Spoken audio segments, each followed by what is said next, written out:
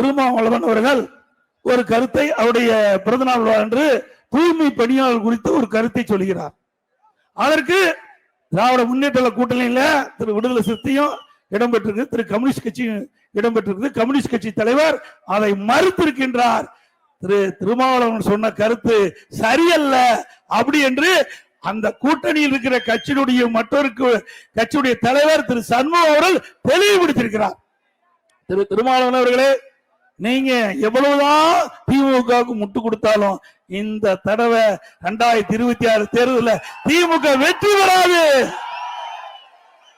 இப்பொழுதும் நான் திரு திருமாவளவன் அவர்களுக்கு குறிப்பிடுவதெல்லாம், நீங்க உங்க கட்சி நடத்திட்டு இருக்கிறீங்க, மக்களிடத்தில் உங்களுக்கு ஒரு செல்வாக்கு இருக்குது.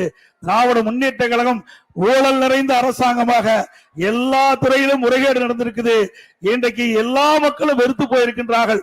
அரசு ஊழியர் போராட்டம், விவசாயிகள் போராட்டம், போக்குவரத்து தொழில் போராட்டம், தூய்மை பணியாளர் போராட்டம், போராட்டம் போராட்டம் என்று தமிழ்நாடு போராட்ட களமாக மாறி இருக்குது. அதற்கு நீங்கள் துணை போக வேண்டாம்.